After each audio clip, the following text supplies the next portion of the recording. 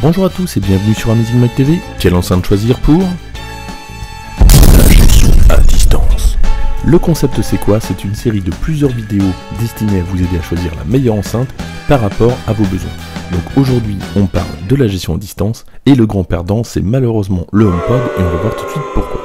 Alors ce que j'entends par contrôle à distance, c'est ce qu'on peut faire à distance lorsque vous n'êtes pas dans le domicile avec votre HomePod.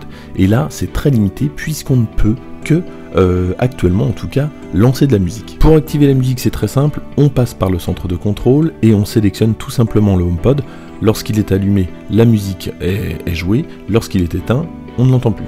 Et voilà, c'est déjà fini, on ne peut pas régler le son, on ne peut pas parler au HomePod, on peut vraiment rien faire et c'est dommage parce qu'on va voir que les concurrents fonctionnent un petit peu mieux.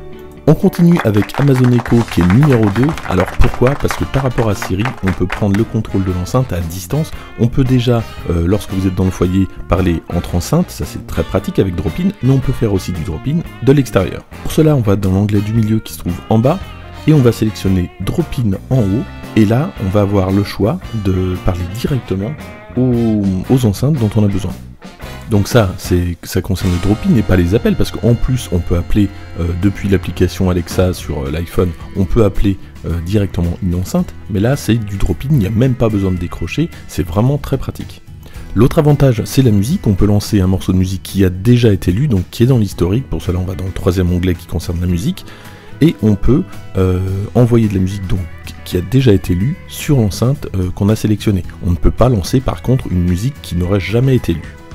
On termine avec le grand gagnant qui est Google Home, puisqu'avec l'application Assistant, on peut reproduire comme si on était à côté de l'enceinte. Donc on peut tout faire, on peut avec le mot broadcast envoyer du son depuis son smartphone vers la Google Home, et on peut évidemment lui donner n'importe quel ordre, par exemple de jouer tel morceau, de monter le volume, et là on a vraiment accès à tout.